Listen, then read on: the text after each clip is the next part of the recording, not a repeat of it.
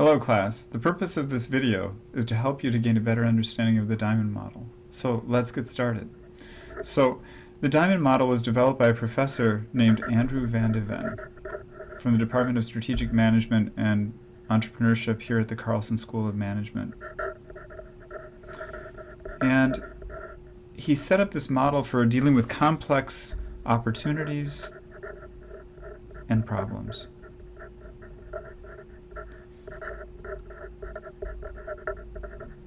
The idea is that when you're confronted with making a non-programmed decision, this is typically a complex situation. And oftentimes when we begin this process, we experience some situation in which we identify an opportunity or a problem that we think exists in that particular situation, but oftentimes we don't do our due diligence. And when others present us with problems and opportunities,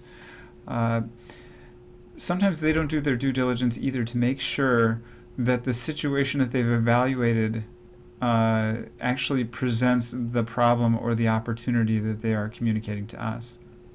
So the idea of this model is to begin with evaluating a situation, and from that situation determining what that problem or question is or opportunity, to do some research to evaluate how others have tried to solve similar problems, and from that to ultimately get to home plate by formulating a very good solution, an optimal solution.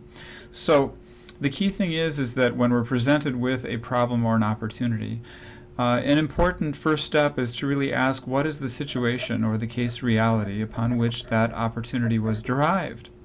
From that situation are revealed symptoms. We could also call these symptoms variables or indicators. An indicator is an indicator of an opportunity. A symptom is a variable that represents something that needs to be evaluated that could portend to a problem. And from that, those variables could be people, processes, actions that are going on within the situation.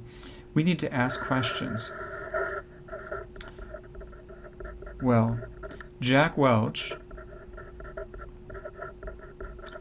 the former CEO of General Electric, came up with this concept called the 5 whys.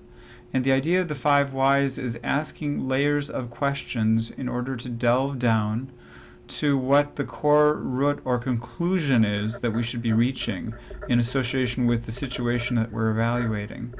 And oftentimes people, in essence, he thought, go too shallow in trying to address and understand a situation.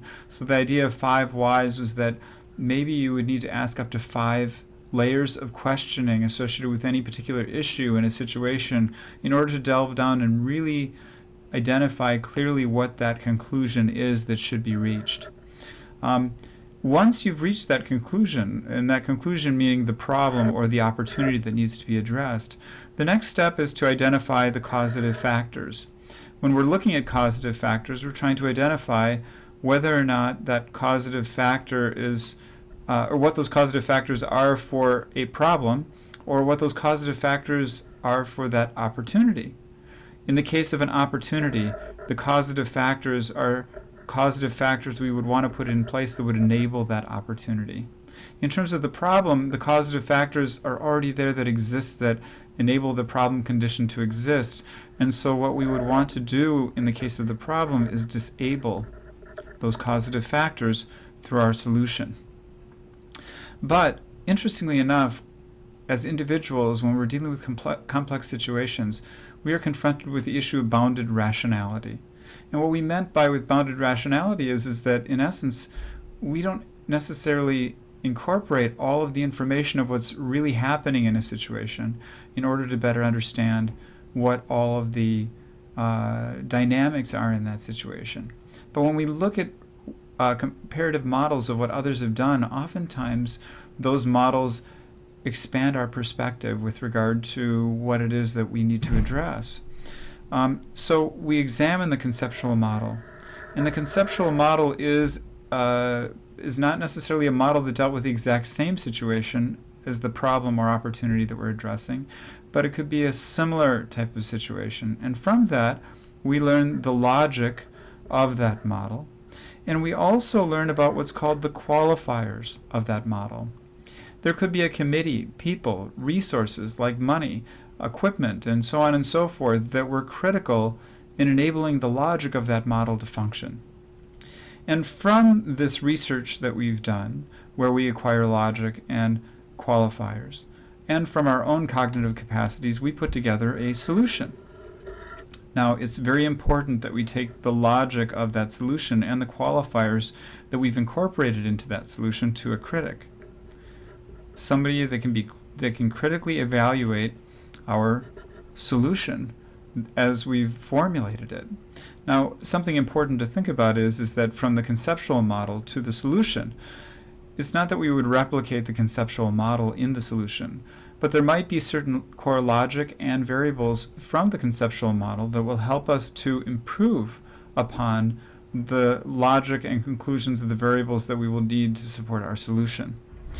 But then once we've formulated our solution, we bring that solution to the critic, who helps us to evaluate it, and we encourage the expression of tactful, thoughtful reservations associated with the limitations of the model as presented, so that they can help us to identify further qualifiers and further logic that will enable us to put together a more optimal solution. That's the Diamond model.